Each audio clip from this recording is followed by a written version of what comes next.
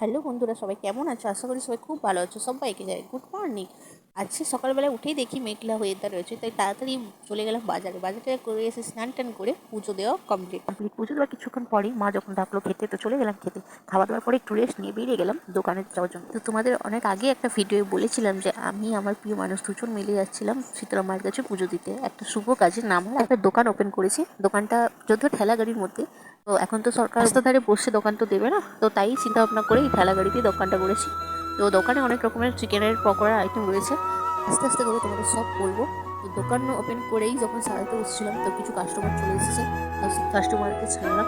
তারপরে আরেকটু কিছু সাজানো বাকি ছিল, তো ওটাকে সাজানো কমপ্লিট করে আমি আবার পাঁপড় ভাজতে লাগলাম। দোকানে অনেক কিছু রেখেছি, পাঁপড় থেকে শুরু করে মশলা মুড়ি থেকে শুরু করে চিকেনের অনেক আইটেম আছে। পাঁপড় ভাজতে না ভাজতে আরও একটা কাস্টমার চলে গেলো চিকেনের পকোড়া নেবে বলে, তো তাদেরকে ছেড়ে আমি তোমাদের দোকানটা দেখাচ্ছিলাম।